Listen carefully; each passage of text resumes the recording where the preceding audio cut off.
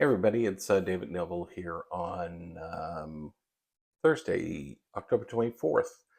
Uh, Maybe a nice day out there later on. Don't know. A little foggy, a little rainy here in Nova Scotia.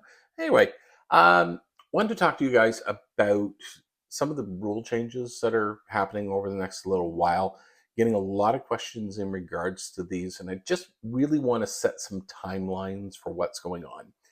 So, the first rule change that was made came effective August 1st was the 30-year amortization available for first-time home buyers on new construction. That's still available right now, but that rule is going to change slightly on December 15th. So let's talk about the next rules that are coming in. So the next rules that are coming in on December 15th, there's three main changes. One is the purchase price cap is going up to being under $1 million to now being under $1.5 million. The second one is new construction with a 30-year amortization up to those caps of $1.5 million is now open for anyone, not just first-time home buyers. So they've made that change. And the third cap is first-time home buyers now not needing to buy new construction, can buy a resale property. Again, the cap of 1.5 million. They can go 30 years on the amortization, but they have to be a first-time home buyer. And just so you know, in Merlin under documents, there's a declaration form there. If you want to know if somebody's a first-time home buyer, we actually require that to be filled out so that we know that they are, because there are federal guidelines in place for this. So this form is basically verbatim for that, and it does tell you when they do and when they don't qualify.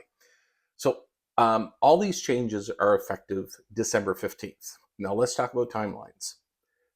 You cannot send me a deal today and say it's going to close after December 15th.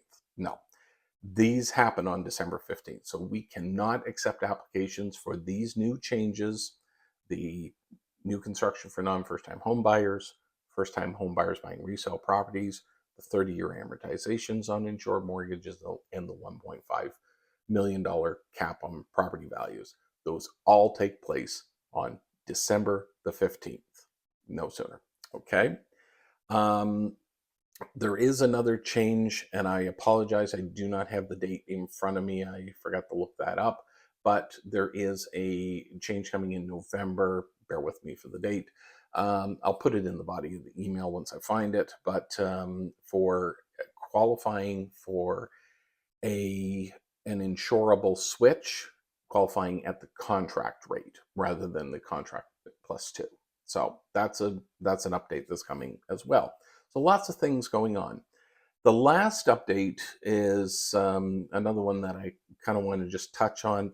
There's an update coming in January about being able to refi up to 90% to put a secondary suite on the property or in the property. Folks, you know, if you've read the federal finance minister's announcement on that, you know as much as we do at this point in time. We're not really sure how that's going to go, so we're waiting for details to get that done. And the last thing I wanted to talk about is on these new changes for 30-year amortizations for first-time home buyers and so on and so forth. These are insured high ratio mortgages. Okay, conventional mortgages. We've always had the ability to go over $1 million purchase price on conventional mortgages, and I'm pretty sure at this point in time they're not offering this as an insurable mortgage. So we'll find that out as we get a little closer to the announcement date. We'll have some more stuff on that. So, like I say, if your clients are putting more than 20% down, then they'll probably be dealing with an uninsured mortgage. And again, sorry about the hodgepodge of information here. It's a lot to take in. The last thing I wanted to just mention to you is with the new $1.5 million cap, so properties have to be under $1.5 million. There is tiering on this. The original announcement was it's going to be very similar to what we have. So the clients have to put down 5% of the first $500,000 of the purchase price and 10% of the remainder. Okay, so anything over a $500,000 purchase price, they have to put 10% down, which is what I expected. So those are the few things. Know this one's running long. A lot of information in here. I'll try to get those details on that the insurable switch piece and find out about that. But in the meantime, have a great day. Be awesome. Talk to you soon.